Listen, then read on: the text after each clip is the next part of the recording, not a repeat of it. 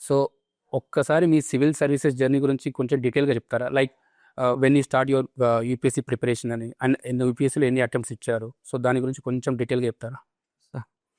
నేను UPSC journey start చేసింది 21-22లో sir.